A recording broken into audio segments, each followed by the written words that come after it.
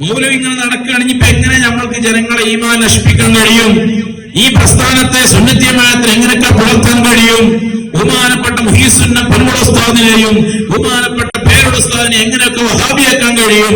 ഇതിനെങ്ങനെ മൂപ്പരിങ്ങനെ ആലോചിച്ച് നിൽക്കുകയാണ്. ഇപ്പം പിന്നെ ഉലമാ സമ്മേളനമില്ല, അതിനെക്കുറിച്ച് മൂപ്പർക്ക് ഒന്നും ഉണ്ടാൻ കഴിയണില്ല. വടകരമുദാജിതങ്ങളെ കറാമത്തിനെ കുറിച്ച് മുമ്പർക്ക് ഉണ്ടാൻ കഴിയുന്നില്ല. മിനാനക്കുബറയെ കുറിച്ചും ബഹറുൽ മൗറൂദിനെ കുറിച്ചും മുമ്പർക്ക് മിണ്ടാട്ടമില്ല. തംബീഹുൽ മുൻകരീനെ കുറിച്ച് മുമ്പർക്ക് മിണ്ടാട്ടമില്ല.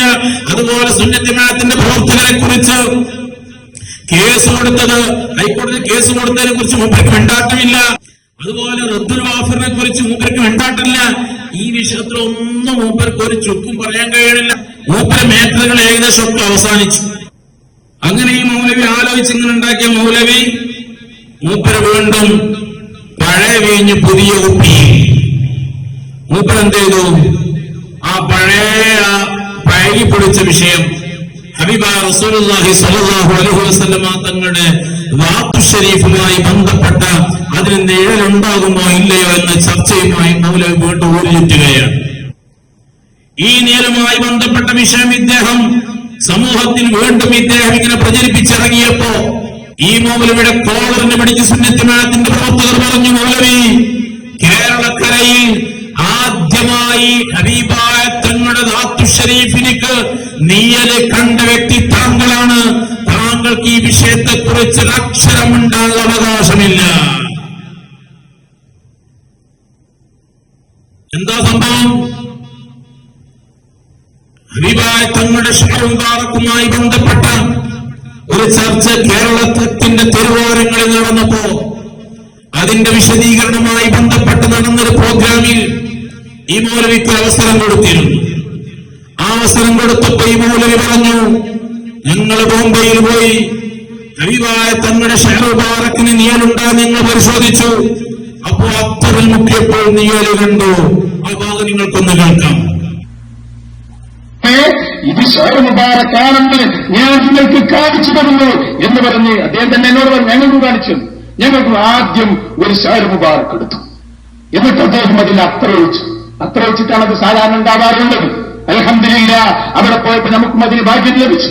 ഷഹർ മുബാറക്കിൽ അത്ര ഇങ്ങനെ ഒഴിച്ചു കൊടുത്തു. അപ്പൊ അത്തറിന്റെ അതിന്റെ മേലിൽ അദ്ദേഹം അതൊരു ലൈറ്റിന്റെ മുകളിൽ ഇങ്ങനെ വെച്ചു. അപ്പൊ ഇങ്ങനെ നേല് കാണുന്നു. അദ്ദേഹം ചോദിച്ചു, നേലില്ലേ? ഉണ്ട്. അത് അത്ര ഒഴിച്ചപ്പോ അത്ര വന്നവരുണ്ട്, നേല് വന്നതാണ്. എന്നിട്ട് അദ്ദേഹം സംസം വെള്ളത്തിൽ മുക്കിയത് ഒരു ബൾബിന്റെ മുകളിൽ വെച്ചത് മുഴുവനും മുടക്കി. വെള്ളം പോയി, എല്ലാം പോയി, അത്രം പോയി. എന്നിട്ട് അദ്ദേഹം ചോദിച്ചു, ഇതാ അതേ ബൾബിന്റെ നേരെ വെച്ചിട്ട് അയാൾ ചോദിച്ചു, നേലുണ്ടോ? ഞങ്ങളെ കണ്ണുകൊണ്ട് കണ്ടു, അതിന് നേലില്ല. നേലില്ല എന്ന് മാത്രമല്ല, ഇത് ഞാൻ അവർക്കും കാണിച്ചു കൊടുത്തിട്ടുണ്ട്. ഇത് കാണിച്ചു കൊടുക്കാതെ ഞാൻ ഒരാൾക്കും ഈ കാലം വരെ ഈ ഷഹർ മുബാറക്ക് നൽകിയിട്ടില്ല എന്ന് അദ്ദേഹം ഉറപ്പിച്ചു പറയുന്നു. സഹോദരന്മാരെ, രണ്ടും കാണിച്ചു തന്നു. ഞങ്ങളെ കണ്ണുകൊണ്ടത് കണ്ടപ്പോൾ അറിയാതെ കരഞ്ഞുപോയി. നല്ല അത്രയൊഴിച്ച് അത്തറിന്റെ മേലിൽ നിൽക്കുന്ന അതിന്റെ നേരെ കാണുന്നു. അത്തരം ഒഴിവാക്കി വെറും മുടിയായി ഷഹർ മുബാറക്കായി വന്നപ്പോൾ അതിന് നേര് കാണുന്നില്ല. ഞങ്ങൾ കണ്ടു, അവരും കണ്ടു, എല്ലാവരും കണ്ടു. ഈ മൗലവിയോട് നമ്മൾ ചോദിച്ചു, മൗലവി, എങ്ങനെയാണ് ഹബീബായ തങ്ങളുടെ ഷഹർ മുബാറക്ക് അത്തറിൽ മുക്കിയപ്പോൾ താങ്കൾ നിഴല് കണ്ടത്? എങ്ങനെയാ? ഹബീബായ തങ്ങളുടെ ദാത്തു ശരീഫിന്റെ നൂറിനെ മറച്ചു വെക്കാൻ കഴിയുന്ന ഒരു അത്തർ എവിടെയാ മൗലവി കിട്ടുന്നത്? അപ്പൊ മൗലവിന്റെ അടവ് അത് കട്ടിയുള്ള അത്തറാണ്. പാട്ടുചാരില്ലേ? ഹബീബായ തങ്ങളുടെ ഷഹർ മുബാറക്ക് അത്തറിൽ മുക്കിയപ്പോ നേല് കണ്ടു. അപ്പൊ അത് എന്താ അത്തറ? ഹബീബായ തങ്ങളുടെ ദാത്തു ശരീഫിന്റെ ജുസ്ആയ ഭാഗമായ ആ ഷഹർ മുബാറക്കിലേക്ക്, ആ ഷഹർ മുബാറക്കിന്റെ നൂറിൽ മറച്ചു വെക്കാൻ കഴിയുന്ന ഒരു അത്തർ ഏതാണുള്ളത് ചോദിച്ചപ്പോ ഈ മൗലവി പറഞ്ഞ വർത്താനം കേട്ടങ്ങള് അത് കേട്ടോ. ആദ്യം കണ്ടു, നല്ല ഷഹർ മുബാറക്കിന് കണ്ടു എന്ന് പറഞ്ഞ് നിങ്ങൾ നല്ലൽക്ക് കേൾക്കി. അതിൽ പറയുന്നുണ്ട് അത്തർ ഒഴിച്ചു. അത്തർ പറഞ്ഞാൽ നല്ല കട്ടിയുള്ള അത്തർ 1, 2, 3, 4 എന്നല്ല ഒരുപാട് ഒഴിച്ചപ്പോ നല്ല കട്ടിയുള്ള ആ അത്തറിന്റെ നേല് കണ്ടു എന്ന് പറഞ്ഞിട്ടുണ്ട്. ഷഹർ മുബാറക്കിന് അപ്പോഴും നേലില്ല. അതുകൊണ്ടാണ് ആ അത്തർ കഴുകി കളഞ്ഞപ്പോ നേലില്ല എന്നാ പറഞ്ഞത്. ആദ്യം നേവില്ല, അവസാനം നേവില്ല, പിന്നെ കണ്ടത് അത്തന്റെ നേല. ആ ആർക്കും അറിയാത്ത ഇന്നൊക്കെ തന്നെ അറിയാലോ. പറഞ്ഞ ഷെഹർ മുബാറക്കിന് നേലില്ല എന്നാണ് അവിടെ പറയുന്നത്. നേലില്ല എന്ന് പറയാൻ എസ്കക്കാരോട് പറയുന്ന വേളാത് സംഘടനകൾ മലപ്പുറത്ത് പറഞ്ഞാണ്. എന്തിനൊക്കെ ദുർവ്യാഖ്യാനം ചെയ്യുന്നു? സൈനബി കണ്ട നേലല്ല എന്നിട്ട് നമുക്ക് മനസ്സിലായോ?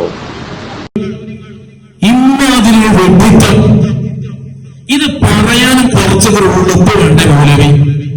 ഹബീബായ തങ്ങളുടെ റാത്തു ഷരീഫിന്റെ ആ നൂറിന് മറച്ചു വെക്കാൻ കഴിയുന്ന കട്ടിയുള്ള അത്ര ഏതാ മൗലവി?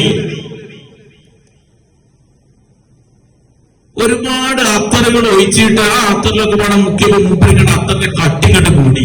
എന്നിട്ട് അത് ഷെഹർ മുബാറക്ക് അത്തറിനോട് മുക്കിയപ്പോൾ മുമ്പിൽ നേല കണ്ടു. ഉള്ളിപ്പ് വേണം മൗലവി കുറച്ചൊക്കെ. ഇമ്മാതിരി സഫാഹത്ത് വിളിച്ചു പറയാം. ഇവിടെ ഒരു കാര്യം ഓർമ്മപ്പെടുത്തട്ടെ, ഈ മൗലവിക്ക് ആ ഷെഹർ മുബാറക്കിന്റെ നിയല് പരിശോധിക്കാൻ പോയതിന്റെ പൊരുത്തകട ഒന്നാമത്തത്. ആരാ മൗലവിയെ ഈ മൗലവിയെ ഷെഹർ മുബാറക്ക് നിയല് പരിശോധിക്കാൻ വേണ്ടി പറഞ്ഞേച്ച്?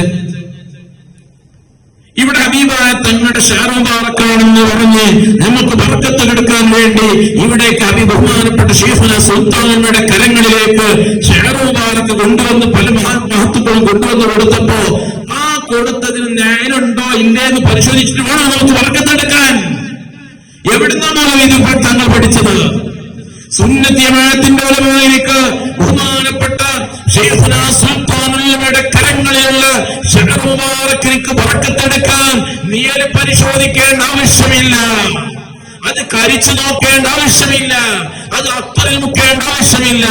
ശൈഖുനാ സുൽത്താനുൽ ഉലമ ഞങ്ങളോട് പറയുന്നു, അത് ഹബീബായ തങ്ങളുടെ ഷെഹർ മുബാറക്കാണ്, ഞങ്ങൾ അത് കൊണ്ട് ബർക്കത്തെടുക്കുന്നു.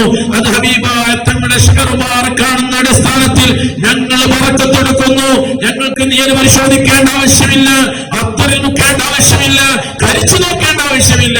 മറിച്ച് ആ ബർക്കത്തെടുക്കാൻ അതിന് നിയലുണ്ടോ എന്ന് പരിശോധിക്കാൻ പോയ മൗലവി താങ്കളാണ് ഈ സമൂഹത്തിന് ഏറ്റവും വലിയ പങ്കുവി. ഈ വിഷയം നമ്മൾ ചോദിച്ചപ്പോ ഇദ്ദേഹത്തിന്റെ ന്യായീകരണ തൊഴിലാളികൾ ഇറങ്ങിയിട്ട് പറയാണ് അത് ജാഹിലിയ്യ കാലത്ത് അയാൾ പറഞ്ഞതാണ്. മൗലവി ഞങ്ങൾ ചോദിക്കുകയാണ്, അത്തറിൽ മുക്കിയപ്പോൾ നീയൽ എന്റെ കണ്ണുകൊണ്ട് കണ്ടു എന്നല്ലേ താങ്കൾ പറഞ്ഞത്? കണ്ണുകൊണ്ട് കണ്ടതെങ്ങനെ മൗലവി പിന്നീട് ജാഹിലിയ്യ കാലത്ത്? താങ്കൾ പറഞ്ഞത് എന്താണ്? ഞങ്ങൾ പോയി പരിശോധിച്ചു നോക്കി, എന്റെ കണ്ണുകൊണ്ട് ഞാൻ കണ്ടു എന്ന്. താങ്കളെ കണ്ണുകൊണ്ട് കണ്ട അനുഭവം താങ്കൾ പറഞ്ഞത്. അതുകൊണ്ട് മൗലവി ഞങ്ങൾ വെല്ലുവിളിക്കുന്നു, താങ്കൾക്ക് ധൈര്യമുണ്ടോ ആ പ്രഭാഷണം ഞാൻ ആയിരക്കണക്കിന് ആളുകളെ മുന്നിൽ വെച്ച് ഞാൻ കള്ളം പറഞ്ഞതാണെന്ന് പറയാൻ ധൈര്യമുണ്ടോ മൗലവി താങ്കൾക്ക്? പറയണം താങ്കൾ. ഒന്നുകിൽ താങ്കൾ പറയണം അത് അന്ന് ഞാൻ സമൂഹത്തിന് കബളിപ്പിക്കാൻ വേണ്ടി കള പറഞ്ഞതാണ് എന്ന്. അല്ലെങ്കിൽ താങ്കൾ പറയണം എന്റെ കണ്ണുകൊണ്ട് ഞാൻ കണ്ടതാണെന്ന് പറയണം. അങ്ങനെ കണ്ണുകൊണ്ട് കണ്ടു എന്ന് പറഞ്ഞാൽ ഞങ്ങൾ താങ്കളെ വീണ്ടും വെല്ലുവിളിക്കുന്നു. ഹബീബായ തങ്ങളുടെ നൂറാനിയത്തിന് മറച്ചുവെക്കാൻ